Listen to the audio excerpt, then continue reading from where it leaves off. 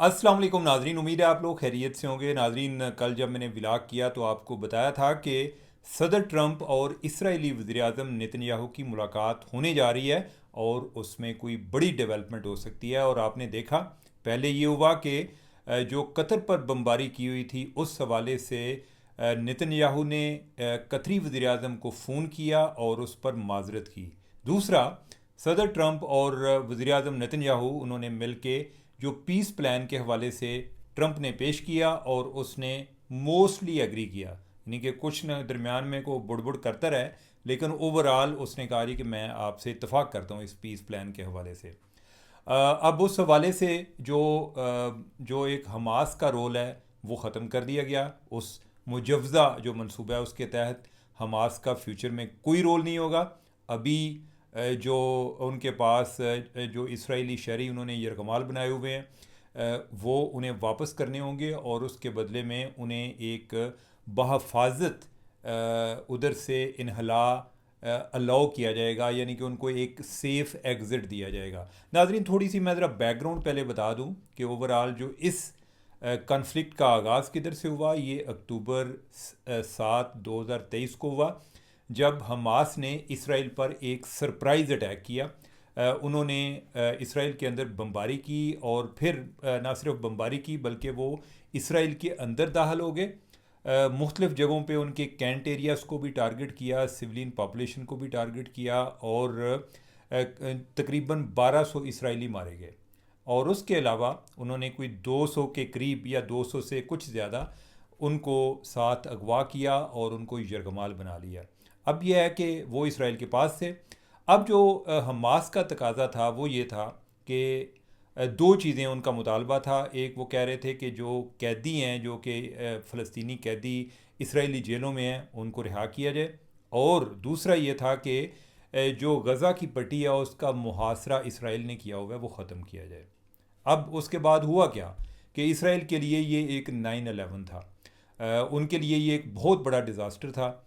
उन्होंने जवाबन जो किया वो फिर दुनिया ने देखा, यानी कि उन्होंने कोई 60,000 से ज़्यादा फ़लस्तीनी शहीद कर दिए।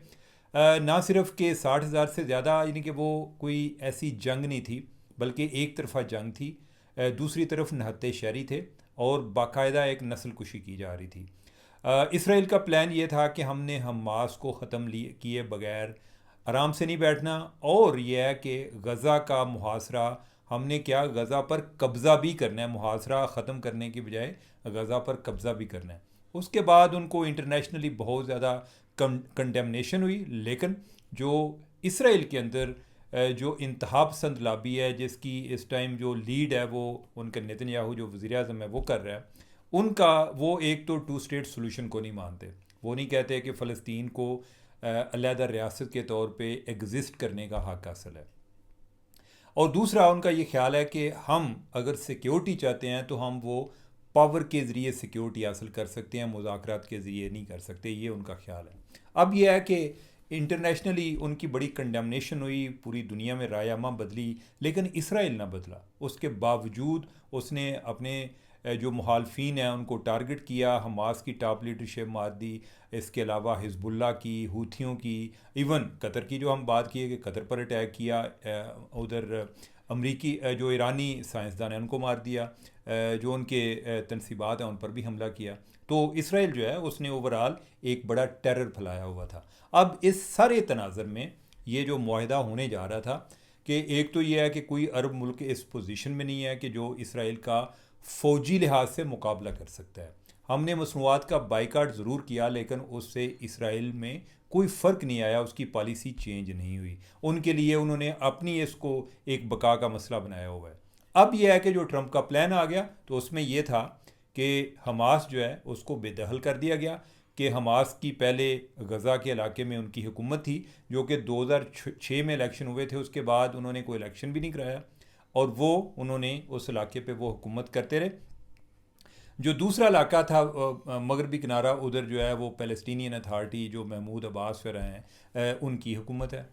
अब ये है कि इस सारे तनाज़र में जो ये तजावीज़ आई हैं उसमें एक तो ये आ गई कि हमास जो है उसका कोई फ्यूचर रोल नहीं होगा। दूसरा, वो जो जिन लोगों को यरगमाल बनाया हुआ है और जो रह गए हैं, पहले उन्होंने कुछ लोग वापस किए हैं। उसके नतीजे में जो कई फ़लस्तीनी जो हैं वो भी उधर से जेलों से रिहा होकर आए हैं। तो उन्होंने कहा कि जो बाकी लोग रह गए हैं उनको हमारे हवाले किया जाए, यानी कि इसराइल के हवाले किया जाए।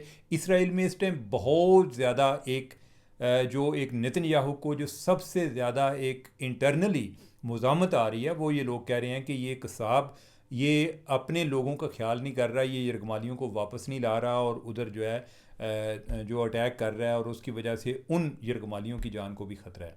तो अब उसने हमास को कहा जी कि अगर आप वापस कर दें तो आपको एक बाइज़्ज़त बहफाजत आपको इधर से निकलने दिया जाएगा और आप जिधर भी जाकर आबाद होना चाहते हैं वो हो जाए। और इसके अलावा ये है कि इधर कोई एक जो इंटरनेशनल एक फ़ोर्स बनाई जाएगी, ओवरऑल एक बोर्ड ऑफ पीस होगा जिसका ट्रंप इंचार्ज होगा। जो चांसेस हैं जो नज़र आ रहा है वो टोनी ब्लेयर जो है वो उसको एग्जीक्यूट करेगा। एक इंटरनेशनल सिक्योरिटी फोर्स बनाई जाएगी जो गज़ा को रूल करेगी और फिर उसमें चांसेस ये हैं कि जो मुसलमान ममालिक हैं उनसे वो फोर्स जो है वो तश्कील दी जाएगी। अब सारे इस तनाज़र में नाजरीन एक जो जिस तरह मैंने हमास का पहले मुतालबे की बात की कि उनके दो मुतालबे थे कि फ़लस्तीनियों को रिहा किया जाए और दूसरा गज़ा पट्टी का मुहासरा ख़त्म किया जाए।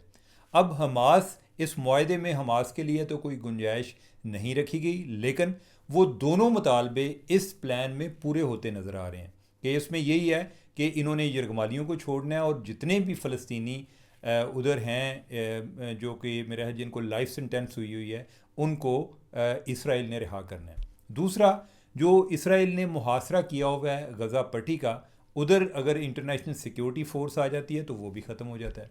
अब ये तो होगी एक हमास जो है वो ख़ुद इस प्लान के तहत आउट हो रही है, यानी कि इस प्लान में उसकी जगह नहीं बनाएगी लेकिन उसको आउट किया जा रहा है, लेकिन मुतालबे जो हैं वो माने जा रहे हैं। दूसरी तरफ इसराइल जो है, इसराइल का क्या मुतालबा था? एक तो वो कहते थे कि हमने हमास का ख़ात्मा करना है और इसकी तरफ से हमें जो है एग्जिस्टेंशियल थ्रेट्स हैं, हमने इनका ख़ात्मा करना है, तो लिहाजा एक तो ये होना चाहिए। दूसरा वो ये चाहते थे कि इधर जो हमारे यरगमाली हैं हमने इनको वापस लेना है। और तीसरा वो ये चाहते थे कि जो पैलेस्टीनियन अथॉरिटी है जिसका मैंने जिक्र किया पहले, उनका हमास में रूल नहीं होना चाहिए। तो अब जो नया प्लान है उसके तहत पैलेस्टीनियन अथॉरिटी को कहा गया कि हम अपनी आपकी रिफॉर्म्स करें और इन द मीन वाइल जो एक इंटरनेशनल ट्रांजिशन अरेंजमेंट है उसमें कोई एक टेक्नोक्रेट का सेटअप बनाया जाएगा जिसमें ज़्यादा फ़लस्तीनी होंगे, वो मैनेजमेंट सारी वो करेंगे। अगर अब देखा जाए एज आ ऑब्ज़र्वर तो दोनों साइड के लिए एक विन विन सिचुएशन तो क्रिएट होगी, लेकिन यह है कि एक तरफ हमास जो है उसको लग रहा है कि जैसे हम वैसे ही आउट हो गए, हमारा इन्होंने रोल ही नहीं रखा, और दूसरी तरफ जो इसराइल है उधर जो नेतन्याहू तो इंतहा पसंद है, उससे भी ज़्यादा जो इंतहा पसंद हैं वो उसके इत्तेहादी हैं। उन्होंने उसको थ्रेट किया कि हम आपको छोड़ जाएंगे। ये जो है ये जो आपका जो मुआहदा किया है ये तो बहुत बड़ा जू है। तो उस लिहाज से अगर वो उसको छोड़ जाते हैं, उसकी वो अपनी एक मेजॉरिटी वो लूज़ कर देगा और उसके नतीजे में इलेक्शन होंगे और नेतन्याहू फारग हो जाएगा। और नेतन्याहू पर कोई करप्शन के केसेस भी चल रहे हैं, उसको ये भी है कि मैं जूँ ही आउट होऊंगा इन्होंने मुझे जेल में डालना है। ठीक है, तो उसकी नेतन्याहू की इसराइल के अंदर भी ये नहीं है कि बड़े सारे लोग उसके प्रस्तार हैं, बड़ी पोलराइजिंग फिगर है, एक डिवाइसिव किस्म की फिगर है। तो ओवरऑल स्टेक्स दोनों तरफ बहुत ज़्यादा हैं। पाकिस्तान जो है, पाकिस्तान में अलहदा से एक परेशानी बनी हुई है कि हमें क्या लगता है जी कि जैसे हमने फ़लस्तीनी काज को नुकसान पहुँचाया है, हालांकि हम में से बहुत सारे लोग जो हैं वो उस काज को जानते नहीं हैं। हमने कभी नोट ही नहीं किया कि फ़लस्तीनी बेचारे नस्ल दर नस्ल गरीबुल वतन है, और वो जब ये गज़ा वाला मामला शुरू नहीं हुआ था तो तब भी पहले वो इसराइल की फ़ौजियों की बंदूकों के साए तले वो ज़िंदगियाँ गुजारने पर मजबूर हैं। कभी किसी ने नोट ही नहीं किया कि वो इस इलाके में बेचारे में वो भी उधर भी मकबूज़ हैं, और दूसरा जो उनके आबाओ अजदाद की ज़मीन है वो उधर इसराइल में आती है, वो दूर से देख सकते हैं, उधर जा नहीं सकते। तो वो तो बेचारे ऑलरेडी यानी कि उनकी नस्ल दर नस्ल यही हालात चलते आ रहे हैं। उधर तो ये है कि कोई बच्चा जब पैदा होता है तो उसकी बलूगत की अलामत ये होती है कि इसराइली फ़ौजी जब तक उठाया नहीं उसके हाथों, वो किसी तरह टार्चर नहीं हो जाता, उनकी जेल में नहीं गुजारा करके आता, जेल में कोई टाइम नहीं गुजार के आता, लगता है कि जैसे इधर कुछ भी नहीं कि अभी शायद जवान नहीं हुआ। Unfortunate reality.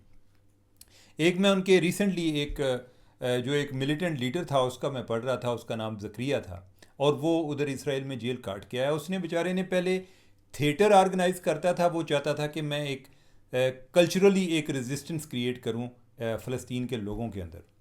उसके बाद उसने गन भी उठाई, मुसल्ला जद्दोजहद भी करता रहा। फिर उसके बाद वो जेल काट के आया, जेल से उसने यानी कि जेल तोड़ के आया, वो उसको एक बड़ा हीरोइक वेलकम मिला। तो मैं उसका इंटरव्यू पढ़ रहा था, उसने कहा कि मैंने इतनी ज़िंदगी गुजार दी है लेकिन फ़लस्तीन की काज को फ़ायदा नहीं पहुंचा। इसराइल जो है वो इतनी बड़ी हमारे लिए इतनी बड़ी ताकत है कि हम उसको मिलिटरली डिफीट नहीं कर सकते, और इसराइल जो है वो हमें कोई सुकून से जीने नहीं देता। अब जो है वो पीएचडी कर रहा था और इसराइली स्टडीज़ में पीएचडी कर रहा था, यानी कि मुतालिया इसराइल में कर रहा था, कि वो इसको समझना चाह रहा था कि कौन सा यानी कि ये मामला कैसे हल किया जाता है। तो मैं उन लोगों की बात बता रहा हूँ जो नस्ल दर नस्ल जिनको कॉन्फ्लिक्ट में गुजरा हुआ है। हमारे लिए इधर से दूर से बैठ के कहना ये चीज़ें बड़ी आसान होती हैं, वो लोग उधर सफ़र कर रहे हैं। ठीक है, आइडियल सोल्यूशन कभी नहीं आता। जब हम आइडियल सोल्यूशन की बात करते हैं तो दोनों साइड जो है उनके अपने अपने आइडियल्स होते हैं।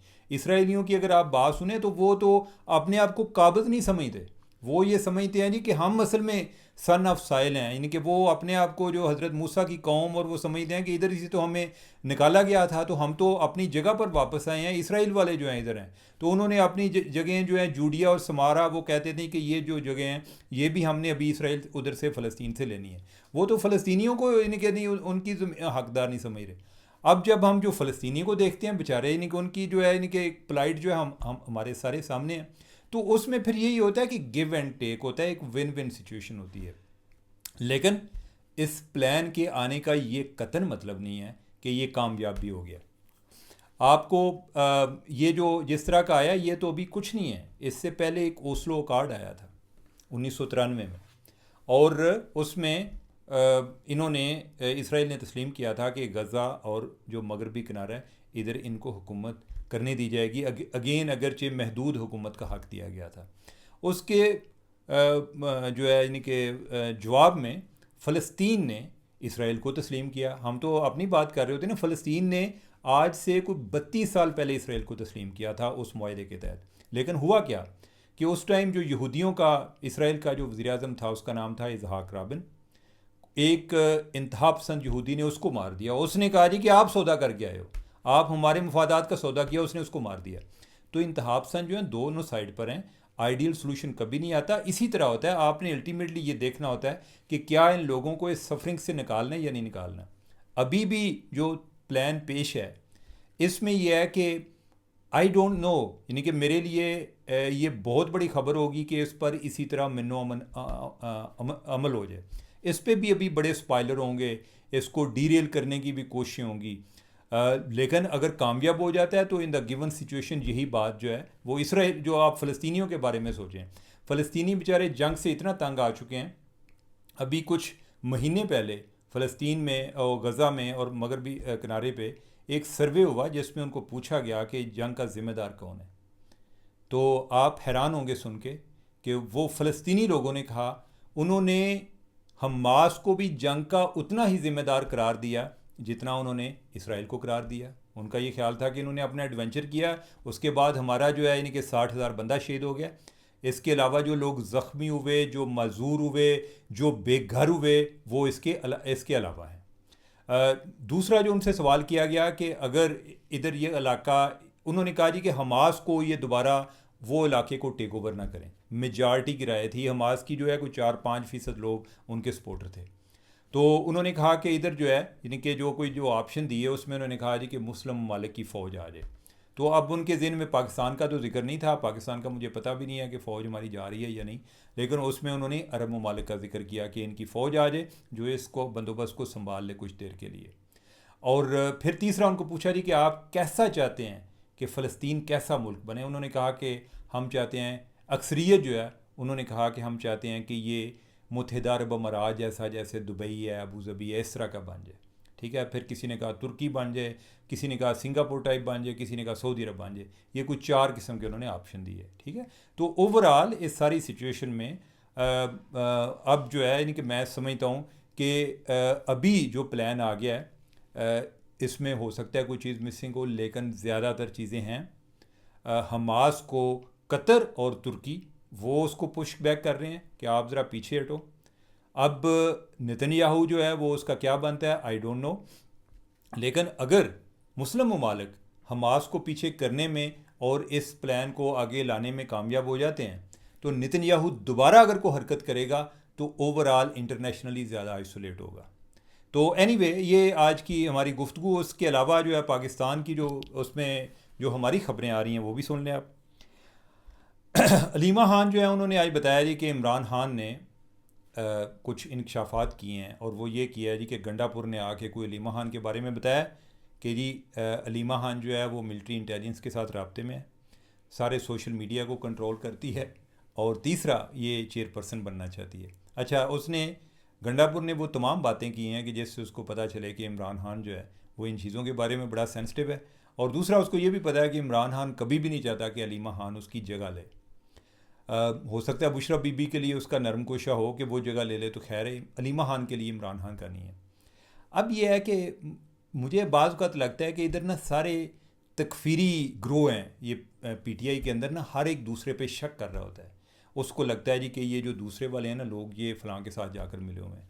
जैसे आप जो है गंडापुर कह रहे हैं, गंडापुर भी इल्ज़ाम है कि ये इस्टेब्लिशमेंट के साथ मिला हुआ है, वो कह रहा है कि अलीमा खान जो है इस्टेब्लिशमेंट के साथ मिली हुई है। दूसरा उनका जो साथ है वो सोशल मीडिया है, तो वो समझते हैं जी कि वो उस चीज़ को कंट्रोल कर रही है।